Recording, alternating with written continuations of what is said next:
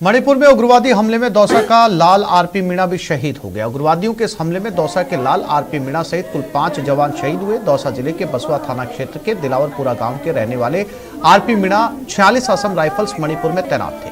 वो भी इस उग्रवादी हमले में शहीद हो गए। जैसे जवान आरपी मीणा के शहीद होने की खबर उनके गांव में पहुंची तो समूचे गांव में शोक की लहर छा गई। वहीं जवान आरपी मीणा के परिजनों का रो रो कर बुरा हाल हो गया। आसाम 46 आसाम राइफल में गए थे। इसके बाद में हम तो गवर्नमेंट से यही डिमांड चाहते हैं कि ऐसा हादसा को रोके। ये बड़े गर्व की बात है कि हमारा लड़का एक शहीद हुआ है। ऐसे और भी पता नहीं कितने शहीद हो रहे हैं। मैं भी आर्मी से रिटायर हूँ।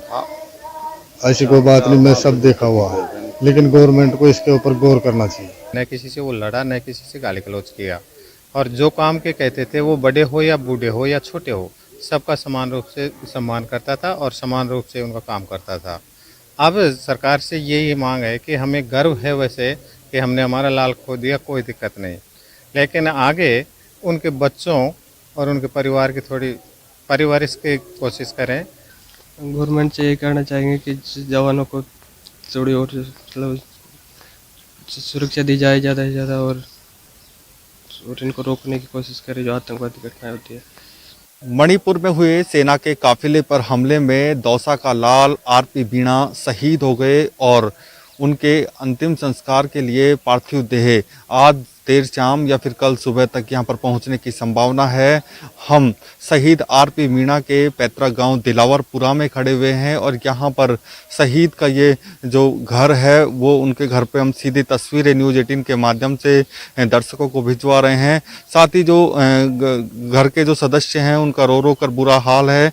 शंभुदयाल जी, कब बात करते थे, मतलब फोन आता था जो आरपी मीणा जी है, राजेंद्र मीणा जी प्रतिदिन बात करते थे, क्या कहते थे, कब फोन आया था आपके पास? आया तो परसों बात हुई थी, कल नहीं हुई न, डेली बात हुई थी उनसे। तो वो ऐसा करे था, ये 15 जाती है हमारे ओड़ी के आसपास, उसकी शादी थी, उसके साड़ा की भी शादी थी, उसके मामा की लड़की की शादी थी, उस मारने की वो बोल रहा था। और वो ऐसे ही बोल रहा था मेरा ट्रांसफर भी हो सकता है गुड़गांव, तो मैं जब ही आऊँगा। तो रोजाना बात हो थी उसकी, प्रतिदिन बात करता था शहीद राजेंद्र।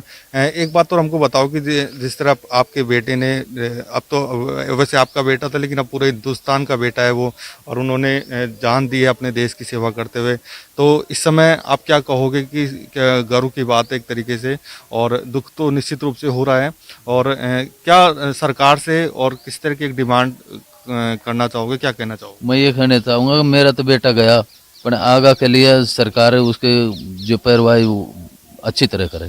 लेकिन उन्होंने सरकार से डिमांड की है कि सरकार कठोर कार्रवाई करे ताकि इस तरह की घटनाओं की पुनरावृत्ति नहीं हो। आशीष शर्मा, न्यूज़ 18, दिलावरपुरा, दौसा। झुंझुनू के सिंघाना में सड़क हादसे में 3 लोगों की मौत हो गई। यह हादसा मुरादपुर गांव के पास हुआ, जहां रोडवेज बस और बोलेरो की टक्कर हो गई, जिसमें बोलेरो सवार एक युवक की मौके पर ही मौत हो गई। 2 युवकों को गंभीर हालत में जिला अस्पताल में ले जाया जा रहा था, लेकिन बीच रास्ते में दोनों ने दम तोड़ दिया।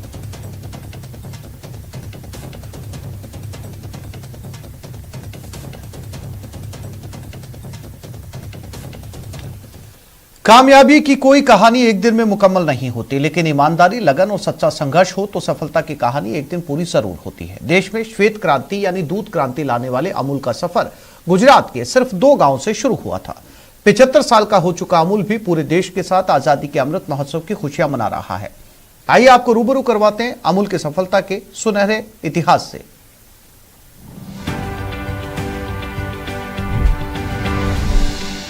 अमूल आंदोलन ने भारत में गौवंश को लगातार समृद्ध किया और ग्रामीण भारत की आर्थिक हालत सुधारने की दिशा में सकारात्मक काम किया। अमूल के सहकारी दूध आंदोलन की वजह से देश के गांवों में सामूहिक रोजगार के अवसर पैदा हुए और रोजगार के लिए पलायन की रफ्तार कम करने में मदद मिली। भारत गांव का देश है। कहा जाता है कि भारत की आत्मा गांव में बसती है। इस मान्यता को और मजबूती के साथ दुनिया भर में स्थापित करने में अमूल की महत्वपूर्ण भूमिका है।